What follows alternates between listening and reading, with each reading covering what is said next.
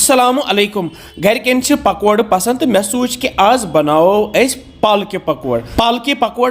वारिया मजेदार गसान तो वमेद से तुह यह जरूर पसंद पक्यो करो शुरू मे नीव यह शीशु बान तो अत मज त्रा यह बेसन त्रा यत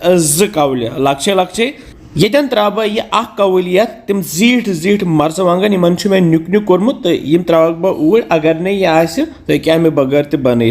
तो बे त्रोस यह पालक मे साफ कर छलित छुकित थमज यह टकर मे श्राकि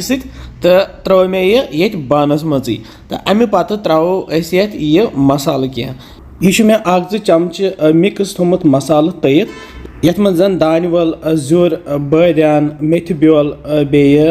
जावेन बे दान वल पाउडर ओड चमच तो बे नून चमच अख तो यह सोरे मसाल त्रा यथ आब कतर ओड तूर तो रलावो वन सही पे आब त्रा कम तो रलावन अत यूत काल यह पूर राव हिश बन आब त्रा ज्यादा कह तिज अत सो रस हूँ कर मोट मोट रोजन यूत यह पे मोट मोट रोज तूता बन पकोड़ असल यप थो मे गैस पे कड़ाई तो अत मज त्रा वन रिफाइन तेल यन पकोड़ बनावनस मज रिफाइन तेल इस्तेमाल करान तो अमे पत यह तेल गरम गसित त्रो अत यह अड़ रसा यथ छकरत यथ तिलस मज इकवटे त्रो नम पकोड़ यथ मज कहें इथे कन बहुस अत त्रावान छकरत बिल्कुल इथे कन त्रावन तिज अम सत बनान पकोड़ निक निक तो बेम पे अंदर तवान अगर ये बन तम पे अंदर नीली तो यिथ कन वारिया क्रिस्पी गसान त्रोश त्रोश तल मे गैस थोमुत मीडियम फ्लेम पे तो करोक वन तैयार यूत काल थोड़ा सा वजद ही गसान वो वन तैयार त्रोश त्रोश पकोड़ तो कड़ोक यथ प्लेटस पे तो थवोक साइडस कुन तो यीत कालस त्रो ये ब्या लिव यम तलोक इथे कन करोक त्रोश त्रोश तो थवो कड़ित अलग कुन प्लेटस पे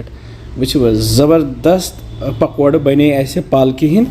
तो बनम जरूरी तो यम वारिया पसंद खेवान पे चाय तो या चटनी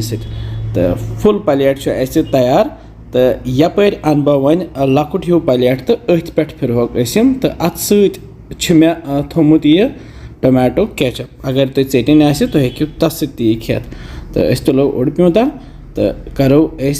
बिस्मिल्लाह वारिया मज़ेदार गसान तो मे मरियम जान तो यम्स तम पकोड़ वारिया खुश करान तो वमेद तुह तनो यम पकोड़ पसंद आमत तुह तो बनजो तो बेजो वनान कि बसान तुम सान रेसिपीज इंशाल्लाह समखो बे कैसन मज़ेदार रेसिपियन तुह थो पन ख्याल बिहो रबस हवाल अस्सलामु अलैकुम।